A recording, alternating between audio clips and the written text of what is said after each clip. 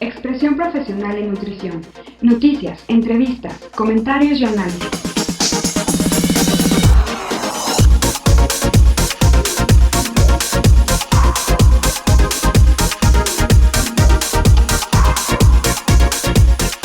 Hola, ¿qué tal? ¿Cómo están, líderes de nutrición? Qué gusto saludarles en este jueves 25 de julio, en el que seguramente va a llover en un momento más. Así es que vayámonos preparando para eso, porque, híjoles, ya no hay tarde en que no nos caiga un aguacero en alguna parte de la ciudad. Y es que esta ciudad es tan grande que puede estar lloviendo en el norte y en el sur estar, este, pues hasta cielo despejado, no sé. Es tan contradictorio muchas veces, pero lo que sí es que pues ya estamos en esta temporada de lluvias y pues hay que cuidarse mucho. Aparte, ya estuve escuchando por ahí al doctor Macías que nos está hablando de las nuevas variantes de COVID y pues vamos a tener que volver al cubrebocas.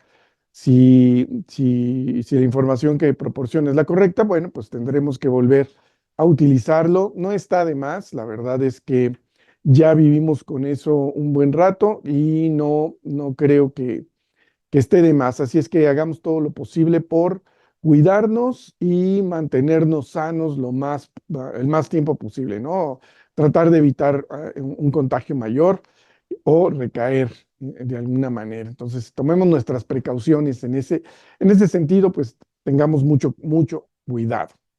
Oigan, yo les quiero recordar, porque ya estamos a nada del primer encuentro nacional de nutriólogos que organiza el Colegio Nacional, sí, el Colegio Mexicano de Nutriólogos allá en la ciudad de Puebla, en la Universidad de Anáhuac, Puebla. Esto va a ser el día 1 y 2 de agosto. Allá se va a realizar este evento en el que pues van a convivir los nutriólogos de este país. Ojalá tengas la oportunidad de asistir y encontrarnos por allá, vernos allá y disfrutar de no solo de las conferencias y de las mesas que van a ver. Hay mesas de trabajo se van a instalar y en las que van a participar los nutriólogos por campos de trabajo, perdón, por campos de trabajo. Eso va a estar muy interesante. Aparte, pues va a haber las conferencias que ya les decía yo. El programa está ahí en la página, lo pueden ustedes consultar. Y bueno, pues ya hacer todo lo posible por asistir a este primer encuentro nacional de nutriólogos organizado por el Colegio Mexicano de Nutriólogos, capítulo Puebla. Y creo, y además está súper económico, la verdad que vale mucho la pena, vale muchísimo la pena. Ojalá puedan estar por allá. También quiero mencionar que estamos ya prácticamente en las Olimpiadas París 2024. He escuchado muchas cosas que están sucediendo en París. Al parecer, el escándalo más grande son las camas que no les están gustando, que son de cartón. Habrá que verlo, está interesante. Pero nosotros aquí en Líderes en Nutrición hemos platicado sobre, bueno, lo publicamos sobre la alimentación de los atletas. Más de 13 millones de comidas se van a servir en estas Olimpiadas, en las Olimpiadas y en las Paralímpicas, ¿no? Ahí se van a servir cerca de 13 millones. Entonces es todo un reto y es muy interesante la organización para poder lograr eh, bueno, pues poder proporcionar este servicio de alimentación prácticamente todo el día y para diferentes culturas, para diferentes poblaciones que algunos no están acostumbrados a algunos alimentos y tendrán que hacer la sustitución o la implementación de otros. Cosa muy interesante. Ya hablaremos de eso más adelante. Y bueno, para finalizar este mes de julio e iniciar el mes de agosto, la próxima semana, que ya es agosto, se va a realizar la Semana Mundial de la Lactancia Materna. Este es un evento que está organizado por la Organización Mundial de la Salud, la Organización de las Naciones Unidas, y es justamente para incentivar la lactancia materna, que en muchos lugares pues ha tenido un retroceso, hay algunos impedimentos para que esto se logre. Y bueno, pues se va a hablar de la importancia que hay con este tema, la importancia y la relevancia, ¿no? Ustedes lo saben perfectamente bien, el que una persona, un recién nacido, perdón, un recién nacido tenga esta oportunidad de recibir lactancia materna. Creo que esto es muy interesante. Y hablando de eso, el día de ayer tuvimos la oportunidad de estar en una conferencia de prensa que impartieron la Asociación Mexicana de Pediatría en sus oficinas allí en el World Trade Center de la Ciudad de México, en el piso 18. Afortunadamente no teníamos vista a la calle para no apanicarnos porque 18 pisos son bastantitos, créanme. Pero bueno, estuvimos ahí en el piso 18 y estuvimos escuchando lo que nos platicó el doctor Mark Benninga, o Benninga, de Holanda. Y él habló sobre el estreñimiento. Y está muy interesante el tema. De eso vamos a ver la conferencia, se las vamos a compartir para que ustedes se enteren de primera mano de los avances y de lo que se tiene en relación a este tema. También estuvo ahí el doctor Manuel Ángel Correa Flores, que es el presidente de la Asociación Mexicana de Pediatría, y esto fue lo que se presentó en esta conferencia de prensa. El día de hoy estamos aquí reunidos para conversar acerca de los últimos hallazgos para tratar el estreñimiento en niños de 0 a 4 años. Un tema sin duda muy relevante en los infantes de esta edad. Quiero presentarles a los miembros de nuestro presidium. Said Arias, director general de la Unidad de Negocios de Pharma en Genoma Lab. Profesor Mark Benninga, gastroenterólogo pediatra. Estudió medicina en la Universidad de Ámsterdam. Trabajó como investigador en el Departamento de Gastroenterología y Nutrición Pediátrica en el Centro Médico Académico de Ámsterdam. Posteriormente, se formó en pediatría en el Hospital Infantil de Utrecht. Después de su formación pediátrica, realizó investigación en el Hospital de Mujeres y Niños de Adelaida, Australia, que se centró en la motilidad gastrointestinal en lactantes. En 1999 se convirtió en miembro del personal del Hospital Infantil EMA, perteneciente al Centro Médico de la Universidad de Ámsterdam, y de ahí el enfoque de su actual trabajo clínico y de investigación. Desde el 2003 es miembro del Comité de Pediatría de Roma. Bienvenido, profesor Benninga, es un honor que nos acompañe.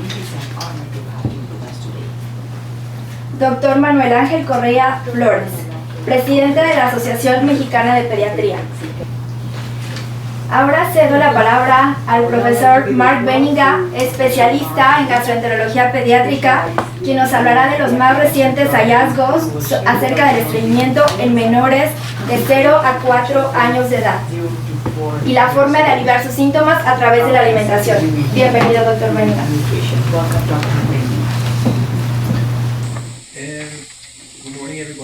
Muy buenos días a todos.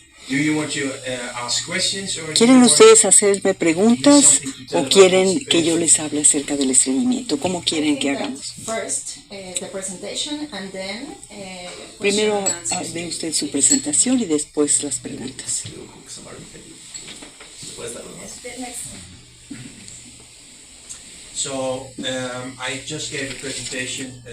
Acabo de dar una conferencia para alrededor de 700 personas. Estuvo muy bien tener tanta audiencia. Disfrutaron del estreñimiento y también les hablé de Holanda. Estos son los mensajes clave de mi presentación. Como pueden ustedes ver, la lactancia materna siempre es la primera opción en los lactantes. Es el mejor alimento que podemos dar a los lactantes sanos. ¿A qué se debe esto? Los estudios han demostrado que la lactancia materna nos ocasiona evacuaciones más frecuentes, de mejor consistencia, pero también si las madres no pueden dar leche materna o el niño sigue teniendo estreñimiento, a pesar de la leche materna, Afortunadamente tenemos una fórmula que puede tratar a estos lactantes. Eso sería el número 1. El segundo viñeta es importante. El estreñimiento tiene muy alta prevalencia. En Holanda calculamos que hay alrededor de 100,000 bebés con estreñimiento. Si traducimos esta prevalencia a México, tendríamos alrededor de 150,000 bebés que nacen al año. Nosotros en Holanda, no sé en México cuál es la cifra, pero entre 5 y 10% de los bebés que nacen van a tener estreñimiento. De esta manera pueden ustedes entender que hay muchos niños con estreñimiento y necesitan los mejores cuidados posibles. Por eso creo que es importante llamar la atención sobre el estreñimiento. Es una enfermedad muy prevalente y hay que reconocerlo.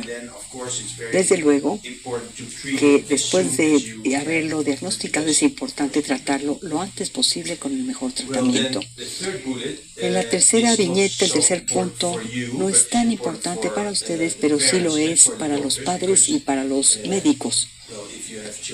Porque sí sabemos, si tienen ustedes hijos, saben que siempre tratan de atenderlos lo mejor posible. Cuando le pasa algo al niño o el hijo tiene algo peligroso, uno sufre. Si un bebé no defeca, solamente un pequeño porcentaje de casos existe una anormalidad verdaderamente orgánica. Una de ellas es la enfermedad de Hirschsprung, que es una anormalidad de los nervios intestinales. En Holanda, pero también en México, solamente 1 de cada 5,000 niños nace con enfermedad de Hirschsprung. No debemos temer causas orgánicas, porque en la gran mayoría de los bebés se trata de estreñimiento funcional y enfatizo, sin embargo, que hay que tratarlo lo antes posible. Si quieren hacer preguntas sobre la alergia a la proteína de la leche de vaca, pueden hacerlas, sin embargo, no es un tema que voy a abordar hoy. También importante para los médicos, pero también para los padres, es saber que en la mayoría de los bebés no nos gusta hacerles nada. Primero escuchamos a los padres porque siempre nos dan la historia clínica. Uno examina al bebé, revisa el ano, explora el abdomen, pero en la mayoría, en más del 90% de los bebés, ya sabemos que se trata de estreñimiento funcional. Aunque en la mayoría de los casos los padres están muy estresados, no sé en México, pero en Holanda se estresan mucho. Se hacen pruebas, pero a mí no me gusta hacer pruebas porque en la mayoría de los bebés no va a haber ningún hallazgo y el bebé se va a asustar. De nuevo, el siguiente punto destaca el hecho de que las herramientas diagnósticas son necesarias únicamente en una pequeña minoría de pacientes. Siguiente. Si tienen un bebé con estreñimiento, sabemos que en los últimos 5 a 6 años hemos probado una nueva fórmula enriquecida con magnesio. Ya sabíamos del pasado que el magnesio es un muy buen laxante osmótico, tanto en pacientes pediátricos como en personas mayores. El hidróxido de magnesio es un muy buen tratamiento para el estreñimiento. ¿Por qué es un buen tratamiento? Bueno, porque ablanda las heces y es mucho más fácil en la evacuación.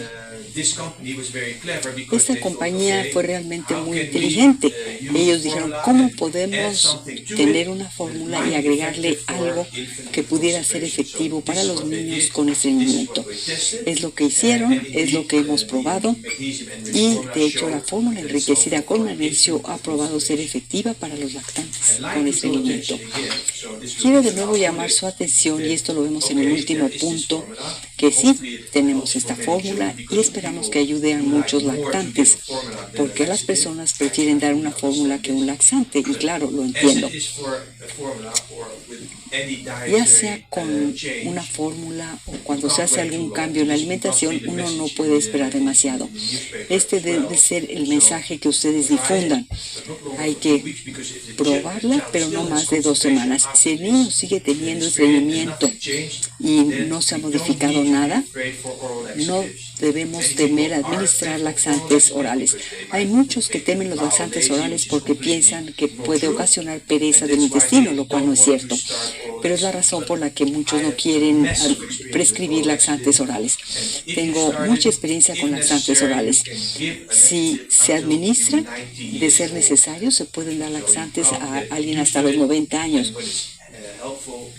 Si son útiles, se puede utilizar en pequeñas dosis.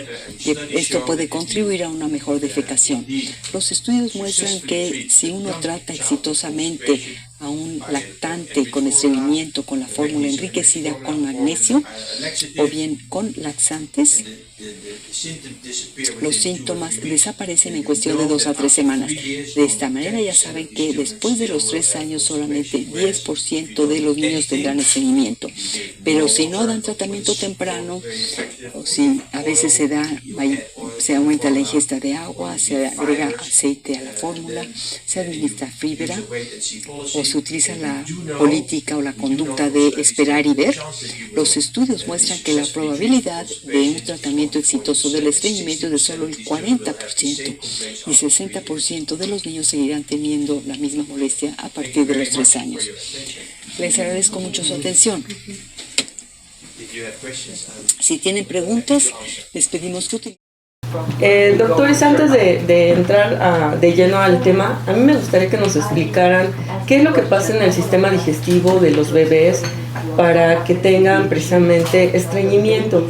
Y si esta situación se presenta aún cuando el bebé es alimentado en los primeros meses con leche materna, ¿qué factores son los que lo llevan a cabo? Gracias.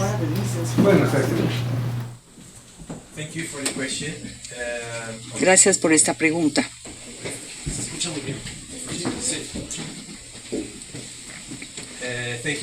Muchas gracias por la pregunta, que es muy importante.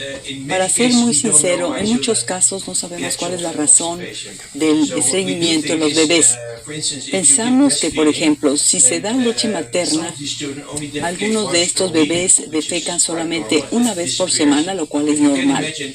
Pero imagínense si esto continúa y las heces fecales son duras, bueno, esto le va a ocasionar dolor al bebé y el bebé va a retener las heces por el dolor, va a contraer en lugar de relajar los músculos del piso pélvico y eso hace que el bebé entre en un círculo vicioso. Al niño le da miedo defecar y pujar porque le tiene dolor. Entonces las heces fecales se vuelven más duras y se tiene el problema y se retienen. Es la razón por la que los profesionales de la salud no deben esperar demasiado. Mientras más dolorosa sea la defecación, más pensamientos negativos tendrá el bebé sobre ello. Hay que cambiar esto administrando la fórmula que ablande las heces o bien más adelante intentar laxantes orales. Esa es la razón principal por la que pensamos que como las defecaciones son dolorosas o las evacuaciones son dolorosas, los niños desarrollan estreñimiento. Hay niños que pueden tener una anatomía normal y quizás lo desconozcamos. Esto o puede haber alergia a la proteína de la leche de vaca, como les mostré en la diapositiva, pero representan una muy pequeña minoría. Estas son las principales razones. Una razón más es cuando los pacientes reciben alimentación materna y se hace el cambio a la fórmula o a una alimentación normal. Esto modifica la consistencia de las evacuaciones y va a llevar a unas heces fecales más duras. Es la razón más importante por la que los niños desarrollan estreñimiento durante el primer año. Gracias. Bueno, sí, buenos días. Juan Carlos Machorro, del periódico AM. Doctor, para usted, ¿cómo encuentra este padecimiento de enfermedad aquí, no solo en México, sino en Latinoamérica? ¿Es más grave en la cuestión, no hablo de cantidad de niños, sino en porcentajes? más grave que en Europa? ¿Depende de nuestro clima, nuestra alimentación? ¿Qué es lo que usted ha notado? Y para el doctor Manuel Ángel, ¿cómo estamos pues ahora sí que con nuestros pares, Argentina, Brasil, en este padecimiento en infantes? Y no sé quién guste contestar rapidísimo una tercera. Es una realidad y se ha diagnosticado, bueno, no diagnosticado, se ha informado que hoy muchas madres modernas no quieren darle pecho a sus hijos. ¿Esto va a agravar esta situación? ¿Qué es lo que notan ustedes? Porque cada año que se habla sobre lactancia materna, los porcentajes de la madre que, pues sí, que lacta con su hijo va disminuyendo. ¿Esto qué tanto va a repercutir en el futuro, en este caso, en este padecimiento? Gracias. En primer lugar, responderé la pregunta sobre la prevalencia. Que yo sepa, no se ha hecho un estudio en México acerca de la prevalencia del estreñimiento. Quiero retar a los pediatras para que hagan ese tipo de estudios. Hemos trabajado con gente de Nigeria, de Tailandia, de China, y tenemos cuestionarios específicos en los que se puede investigar la prevalencia en estos países. Comparando los países, siempre me sorprende que no haya tanta diferencia entre los diferentes países. La prevalencia del estreñimiento es muy similar, ya sea que viva uno en Estados Unidos o en Sri Lanka, donde la temperatura es diferente, la alimentación es diferente, los hábitos alimentarios son diferentes, la guerra o Trump. Hay una guerra en Estados Unidos también. Hay muchos factores involucrados. Y la prevalencia sigue siendo similar. Supongo, aunque no estoy seguro, de que en México será la misma prevalencia. Hicimos un estudio de prevalencia en Argentina. No creo que Argentina y México sean tan diferentes. Ustedes lo sabrán mejor que yo. Este es para responder la pregunta sobre la prevalencia del estreñimiento. Quizás alguien pueda hacer estudios de prevalencia en México. Supongo que el 10% de los niños en México tienen estreñimiento de los lactantes, y claro que varía en cada grupo etario. Sobre la alimentación, le doy la palabra al doctor Correa. Sí, es correcto lo que comenta el doctor Bellingham. Nosotros tenemos un porcentaje de un 10 hasta un 15%. De hecho, tenemos el problema que la lactancia materna ha bajado en México porque las madres tienen que trabajar. Entonces, a diferencia de los países en Europa, a la mamá le dan incapacidad hasta 1 o 2 años. Y el padre también. En México tienes que trabajar a los 3 meses. Entonces es difícil que la madre haga lactancia, vaya a trabajar, regrese, y eso nos ha afectado, porque el seno materno es la principal fuente de energía en los primeros 6 meses, y la lactancia es baja por cuestiones laborales y los permisos. En México, como en Latinoamérica, tenemos el porcentaje, como comentaba el doctor, del 10%, y yo creo que en México es un poco más alto. Y el problema con nosotros los pediatras es que tenemos que hacer una cultura de educación digestiva con los padres de familia, mejorar la hidratación, mayor cantidad de agua, no tratar de cambiar tantas fórmulas infantiles, que a veces no tenemos gastroenterólogos que nos estén asesorando, y luego los pacientes nos llegan referidos después de 2 o 3 cambios de fórmula, y eso nos afecta muchísimo. Entonces, gracias a las asesorías de los profesores a nivel internacional, hacemos un consenso y lo extrapolamos con nuestros pacientes.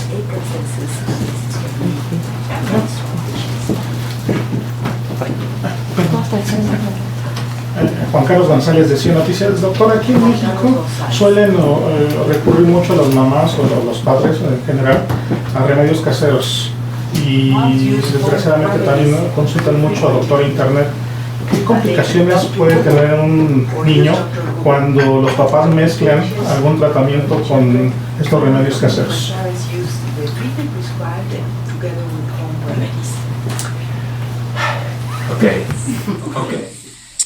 Muy bien. Este es un problema que estamos enfrentando en la actualidad.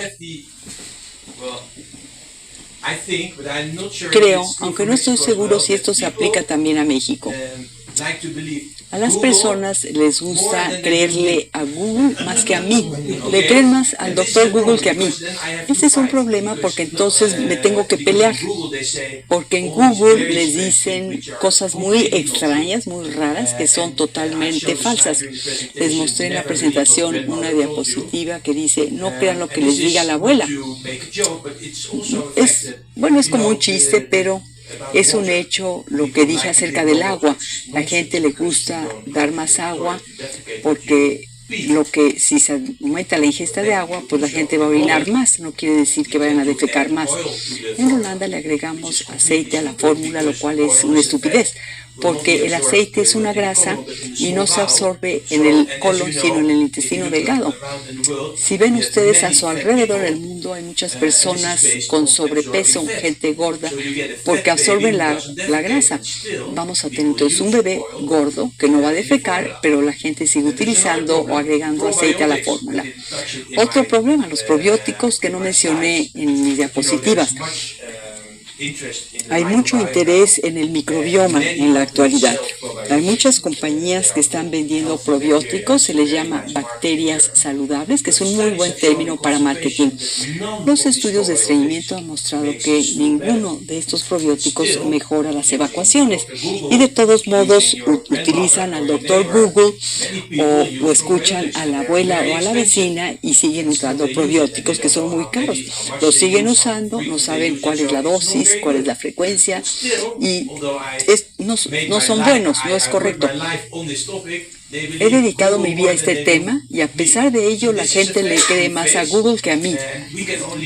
Es un hecho.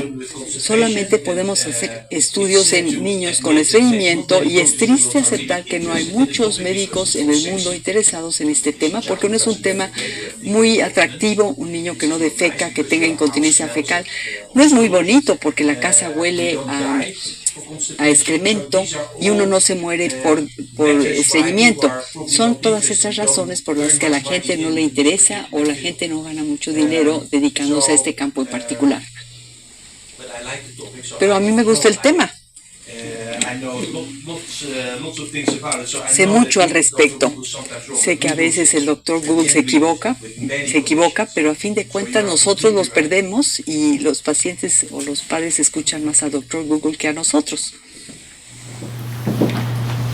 ¿Qué tal? Buenos días. Cristina Sánchez de Agencia F. Me gustaría saber, hablaba el doctor Correa de que hay un subdiagnóstico de este padecimiento. ¿Cómo se han dado cuenta ustedes de esto? ¿Y cómo afecta cuando el paciente no es diagnosticado a tiempo? ¿Y cómo le afecta? Y también si esto afecta en el futuro, en la vida adulta, que ya si no se trata cuando son bebés, si no se trata, puede afectar en la vida adulta ya en la salud digestiva de las personas. Muchas gracias. Excelente pregunta. Nosotros en México, muchos de los pacientes son atendidos de primera instancia por médicos generales. Entonces el médico general tiene el desconocimiento, tanto en las farmacias que son donde los atienden a veces o en primero o segundo nivel, y empiezan la mala orientación.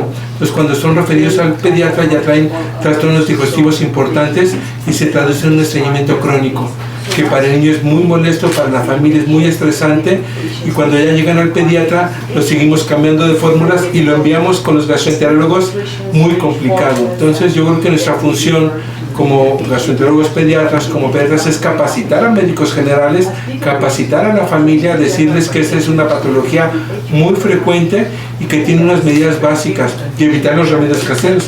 Porque aparte del doctor Google, en México tenemos a las abuelitas. Entonces las abuelitas dan atole de harina de arroz, dan aceite de oliva, ponen supositorios de glicerina. Entonces hay que hacer una función con la familia, capacitar al médico general, capacitar al pediatra, y son cosas muy útiles como el doctor Benningham nos dio en la plática, paso por paso. Entonces orientándonos y capacitándonos, esa es la fórmula, porque el paciente con estreñimiento, el niño sufre demasiado. Entonces es una patología mal medicada, mal atendida, y se puede remediar con cultura, que debemos de tener una cultura tanto de la lactancia como del uso de fórmulas infantiles de uso adecuado, con los componentes adecuados. ¿Y las afectaciones en la vida adulta? What are the complications in adult life of not reading constipation early on? Uy. Es una pregunta difícil de responder. Para regresar a su primera pregunta, quisiera comentar que es muy importante educar y hablar del estreñimiento todo el tiempo. Cuando vayan a una fiesta hay que hablar del estreñimiento, de la defecación. No hablen del clima, hablen de la defecación, de si van al baño o no. Hay que educar a los profesionales de la salud a todos los niveles. Hoy había como 700 pediatras generales en la conferencia. Ellos ven a muchos niños. Creo que había 2,000 pediatras en línea y escucharon mi presentación básica sobre estreñimiento. Es la manera en que se puede dar información a los padres y a los abuelos. No hay que esperar porque hay problemas. Mientras más tiempo se espere para tratarlo, peores las consecuencias. Si se subestima el problema, puede haber graves consecuencias. Les mencioné datos que no son muy esperanzadores. Son datos de médicos académicos que trabajan en grandes centros universitarios. Se ha dicho que después de 5 años de un buen tratamiento correcto, el 50% de los niños que llegan a la clínica de pacientes ambulatorios siguen teniendo el mismo problema. El 50% siguen teniendo problemas de defecación y el principal problema va a ser la incontinencia fecal, que es realmente un problema. Porque los niños sufren bullying, la casa huele a excremento, los niños se vuelven inseguros, no quieren ir a la escuela. Esto ocasiona muchos problemas. Es un gran número de niños afectados por la incontinencia fecal. Es muy útil dar educación a todos los niveles. Se necesita un gran esfuerzo. Por ejemplo, si uno trata una neumonía, desaparece en una semana. El estreñimiento lleva de 3 meses a 1 año de tratamiento. Si tienen mala suerte, el 50% de los niños seguirán teniendo estreñimiento después de los 5 años. Para terminar, la respuesta, ¿qué pasa con estos niños en la edad adulta?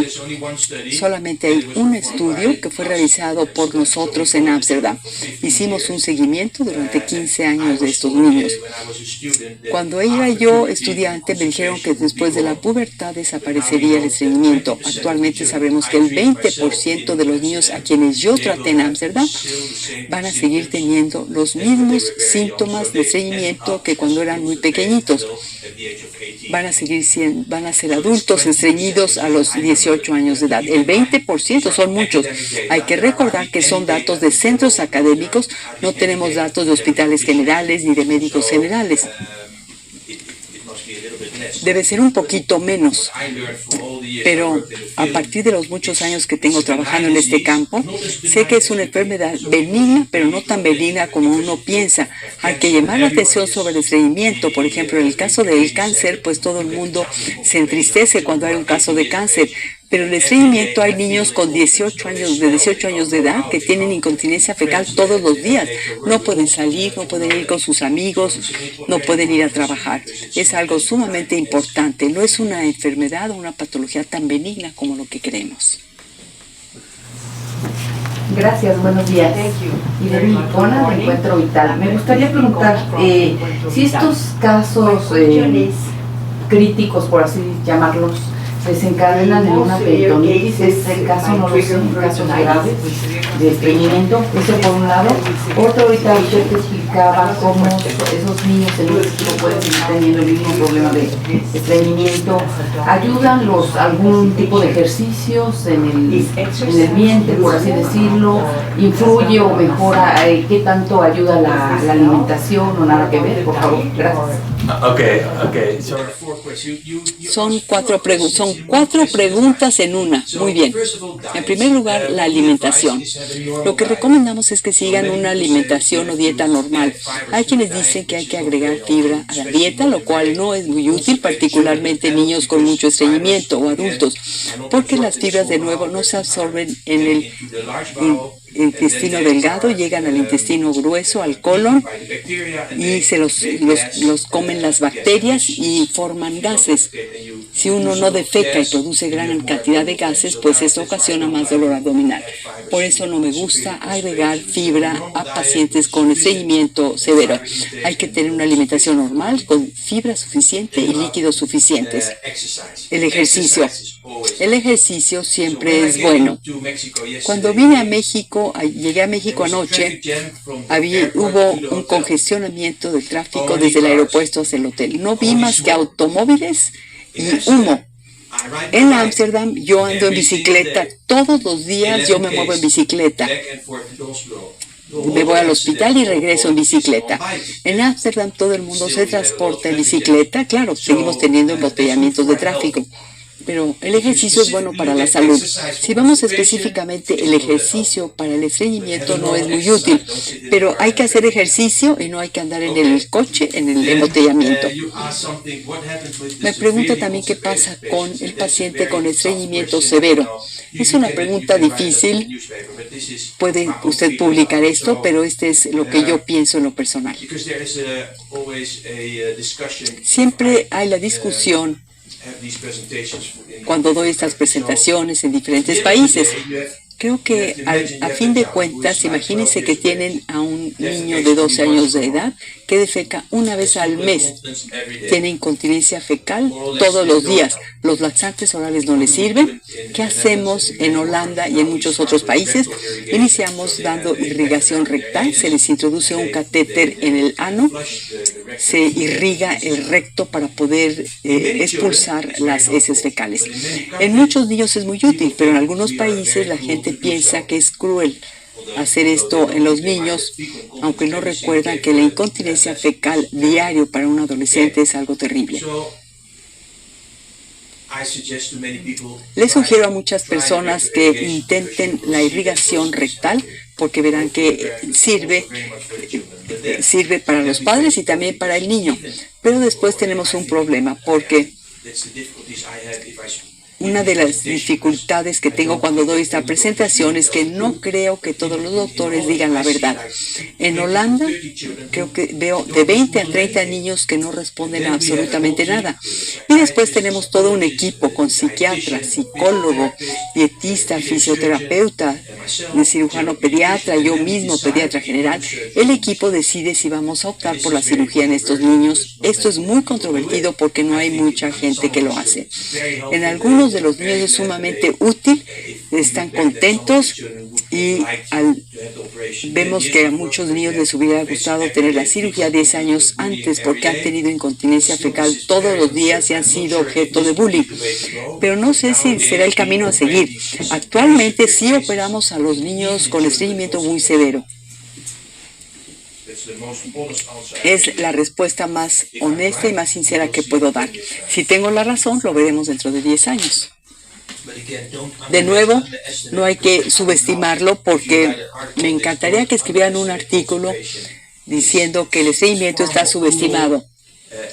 Es mucho más cruel y frustrante que lo que piensan muchas personas, porque el 70% de estos niños tienen incontinencia fecal, lo cual es terrible para el niño.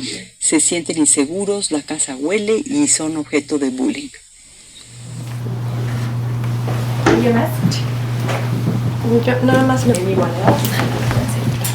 perdón, otra vez, para precisar nada más, muchos padres primerizos no tienen como idea de en qué momento empezar a preocuparse por el bebé, ¿no? O sea, en qué momento podemos decir o sugerir que existe estreñimiento en los bebés. Es decir, cuál es el promedio que deberían tener de evacuaciones al día o cómo se puede determinar un papá decir, bueno, mi hijo está realmente sufriendo de estreñimiento. Gracias. Okay. This question is not that difficult because there are very good. Hay datos muy buenos acerca de los patrones normales de defecación, la frecuencia de las evacuaciones, por lo que no es difícil responder. Mostré que hay muchas tablas de defecación que muestran la consistencia, color, consistencia de las heces fecales. Nos muestran lo normal. Tiene usted razón, algunos de los padres primerizos piensan que si el bebé no defeca todos los días tiene estreñimiento. No ocurre porque la frecuencia normal hasta los 3 años, a partir de los 3 años es de 3 veces por semana a 3 veces al día, es la frecuencia normal. En niños más pequeñitos las evacuaciones son más frecuentes, pero sugiero que si alguien duda si su bebé tiene estreñimiento, debe ir a ver al médico general. En ocasiones aplicamos criterios equivocados y a veces no vemos si alguien cumple con los criterios. Los médicos brasileños, por ejemplo, no están de acuerdo con estos criterios. Ellos me dicen que los sudamericanos, si tienen heces duras, que con eso es suficiente como para considerarlo como estreñimiento. Mientras que en los criterios de Roma las heces duras no son suficientes, se necesitan tener otros síntomas. Probablemente sea una cuestión cultural. Si alguien quiere tener heces blandas siempre, pues entonces podría ser el caso. Pero si hay dudas sobre si el bebé tiene estreñimiento, pueden ver cuál es la frecuencia normal. Eso lo pueden ver en Google, es muy sencillo. Si siguen teniendo duda, pues lleven a su bebé al médico general o vean la tabla de Bristol de defecación, la escala de Ámsterdam, la de Bruselas. Todas estas escalas o tablas les muestran cómo son cuál es la defecación normal, la consistencia, frecuencia y color. Buenos días, Marisela Palacio de Reporte 32. Quisiera preguntarle a usted, doctor Manuel, usted dice que a veces los niños llegan ya con un cambio constante de fórmulas. ¿Cuánto es el tiempo que se debe de sostener la alimentación con alguna fórmula para ver si resulta o no resulta? En este caso, ¿cuánto tiempo deberían de estar tomando Novamil antiestreñimiento? Al doctor Benigna, ¿cómo actúa el magnesio? ¿Por qué es tan eficaz para tratar el estreñimiento en niños? ¿Y qué tan eficaz es esta fórmula de acuerdo a lo que ustedes han estado viendo? Y qué tanta seguridad tiene, porque a veces a algunos padres de familia les da temor cambiar de una fórmula a otra.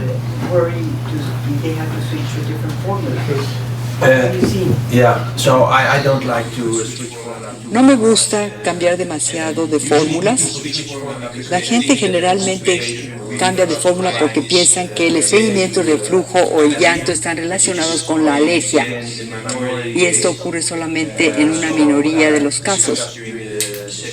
Durante la conferencia yo dije que si el bebé únicamente tiene cólico, solo reflujo o solo estreñimiento, hay muy baja probabilidad de que ello sea ocasionado por una alergia. Es la razón por la que no se debe cambiar de fórmula, aunque esto es lo que siempre tienen en mente los padres. Sobre la pregunta de cuánto tiempo hay que esperar, yo no esperaría más de 2 semanas. Si la fórmula enriquecida con magnesio no está funcionando, por favor hay que suspenderla.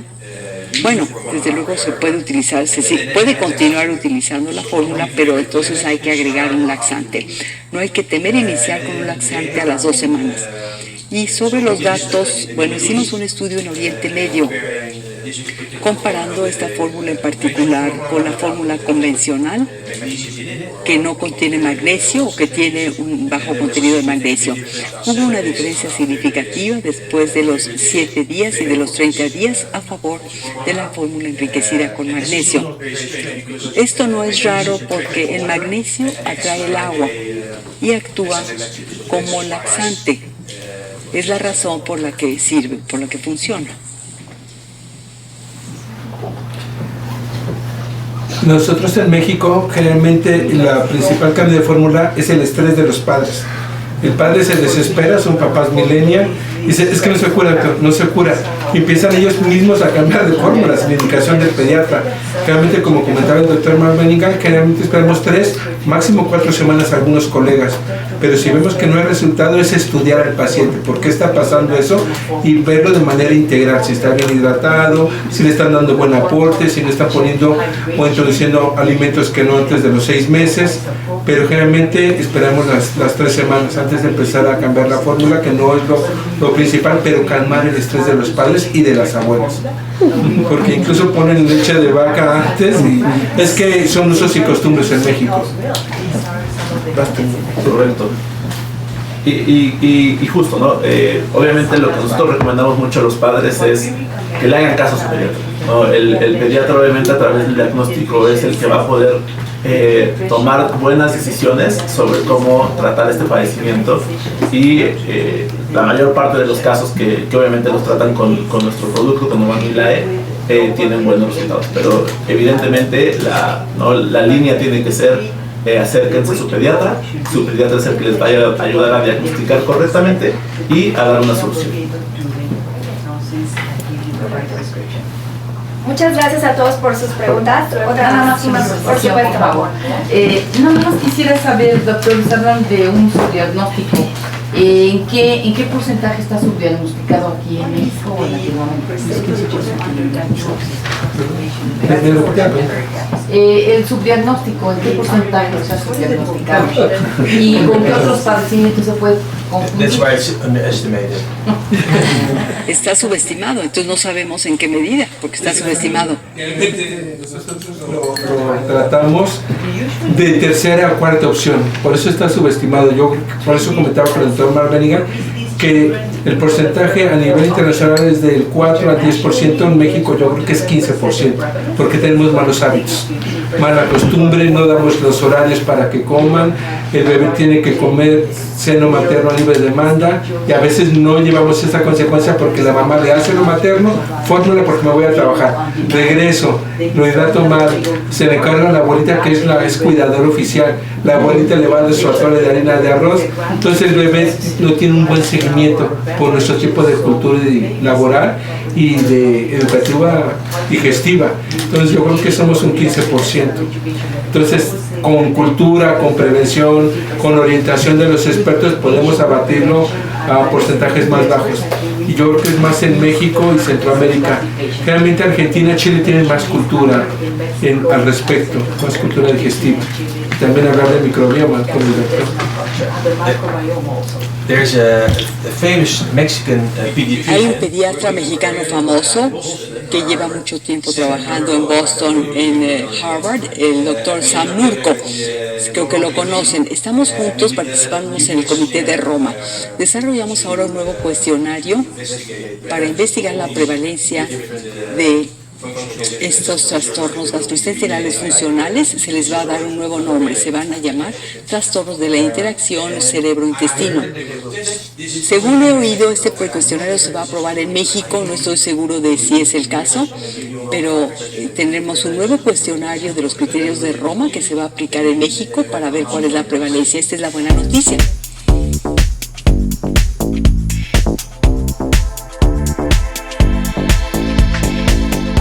Muy bien, pues ¿qué les pareció? Muy interesante. Ahí ustedes van a poder ver esta conferencia, este video, pues se va a quedar aquí en el Facebook para que ustedes lo puedan ver cuantas veces quieran y puedan escuchar la información que nos compartió el doctor Mark Benninga o Benninga.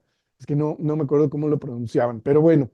Y bueno, esto, porque él dio una conferencia, déjeme recalcar que él dio una conferencia el día de ayer justamente dentro del 41º Congreso Nacional de Pediatría que se realiza aquí en la Ciudad de México, en el World Trade Center. Esto empezó el día 23, termina mañana día 26. Y bueno, pues una asistencia récord, porque son más de, nos dijo ayer el doctor Correa, y nos dijo que eran más de 5,000 asistentes presenciales y como 2,000 en línea. Entonces, es un congreso nacional, pero bueno, esto de poder hacerlo en línea se convierte en internacional y aparte, pues vienen muchos visitantes de América Latina a este congreso, porque es muy, muy grande y tiene conferencias impresionantes. La verdad, se habla mucho de nutrición, desde luego, y todo el programa lo pueden ver ustedes ahí en la página de la Asociación Mexicana de Pediatría. Ahí está el congreso, le dan clic, les abre el programa y lo pueden ver. No sé, y eso estaría bien, que preguntaran si pueden ver las grabaciones de las conferencias que se hayan impartido, si estarán disponibles para inscribirse y poder visualizarlas y ustedes tengan la oportunidad de tener la información que se compartió en este congreso. Bueno, pues eso es todo por el día de hoy. Muchísimas gracias por habernos acompañado. Los esperamos aquí la próxima semana, jueves 1 de agosto. Ya cruzamos el primer semestre, estamos en el segundo, vamos hacia el final del año, cosa tan espantosa porque se nos está yendo como agua, pero ya vamos a agosto y en agosto suceden muchas cosas, aparte de las Olimpiadas, claro está, el regreso a clases en muchas universidades, se inician o se reinician las clases para aquellos que van a continuar o aquellos que están ingresando apenas a la licenciatura en nutrición. Está interesantón. Pero bueno, muy bien. Muchísimas gracias. Nos vemos aquí la próxima semana. Que estén muy bien. Hasta pronto.